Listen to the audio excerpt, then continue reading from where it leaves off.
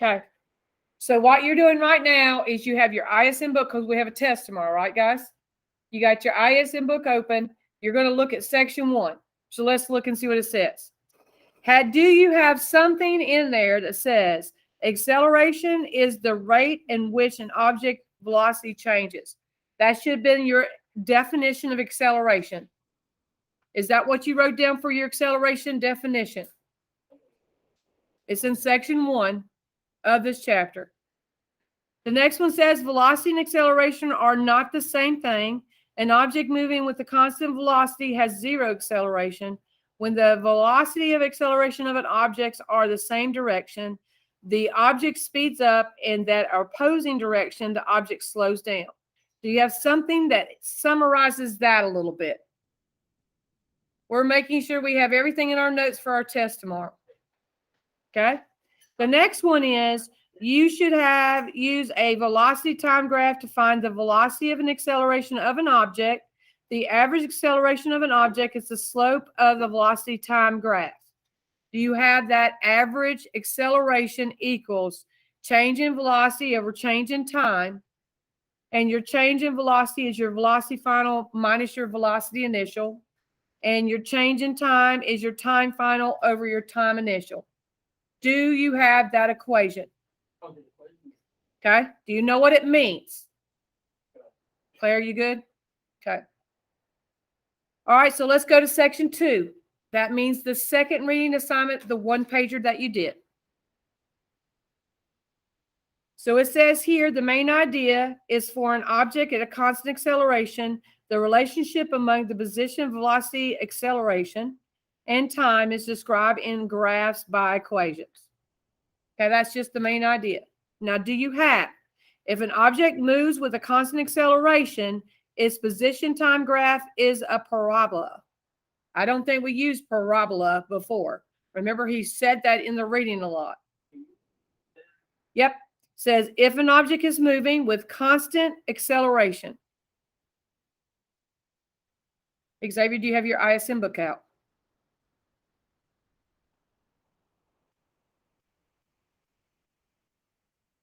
Right over there is some paper. I'm sorry, an object moving at a constant acceleration, position time graph is a parabola. Parabola.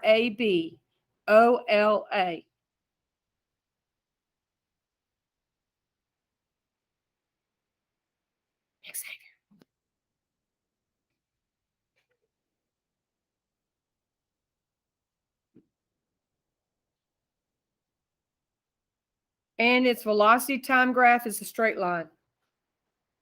Are you good? Okay. How about the area under an object's velocity time graph is the displacement? If you remember, we were talking about that the other day. Remember, I had you draw 2 different graphs, remember? And we were talking about in this graph, if this was your space, everything in here, right? That's what it's talking about there, which we did write that information. The next one says that the motion of a constant acceleration, position, velocity, acceleration, and time are related. Do you have these 3 equations in your ISM book? I'm on page 81. Look at those 3 equations. Do you have them written in your ISM book under section 2? So it says velocity final equals a velocity initial plus average acceleration over the change in time, right? That's the first one. Do you know what that means?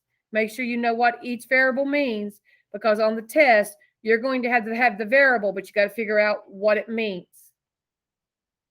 XF is position final equals position initial plus velocity initial times times final plus 1/2 times average acceleration time final squared.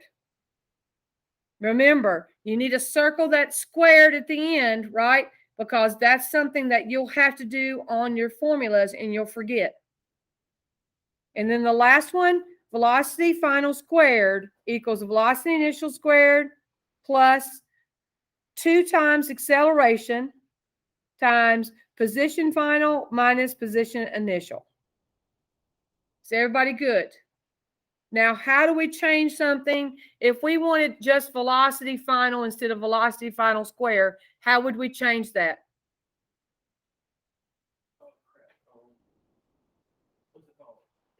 Square root. Perfect. Square root. Everybody good? Okay. Go to section 3 in your book. For free fall, do you have what the definition of what free fall is? Do you have that it is 9.8 meters per second squared downward? That is gravity, right?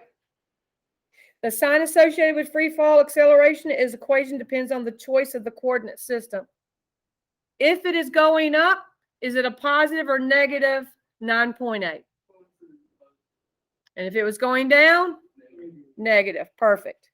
And then when an object in a free fall, gravity is only force acting on it. Equations for a motion with constant acceleration can be used to solve this problem involving objects in free fall. Do you have that information? Now explain to me the picture down here at the bottom. What is that? What is that a picture of? An astronaut. Where's an astronaut normally be? On the moon. Yep. And what is happening on the moon that doesn't happen here on Earth? No gravity. Do they fall at the same time?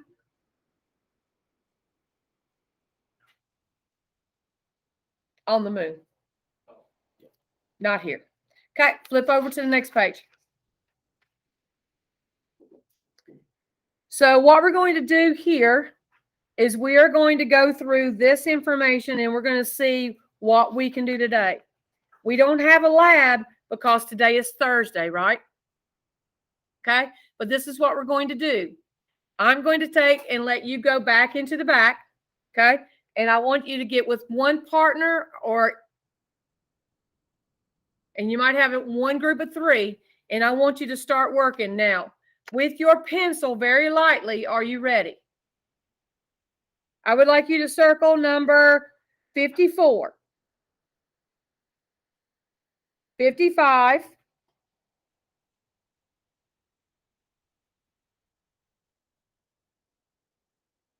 57, 59, and 60. So what you're going to do first is we are going to do a form of a rotation, but it's going to be a little bit of a different rotation. You will need to have your ISM book. You will need to have your textbook, and you will need your calculator, okay? You and your partner are going to work on those problems, and then you're going to come back in here, and we're going to put them on the board. Does everybody understand? Everybody good so far? So go ahead and go back there and get a partner or get a group of 3. If you boys want to be together, that would be fine. Then I can have 2 groups of 2 with the girls.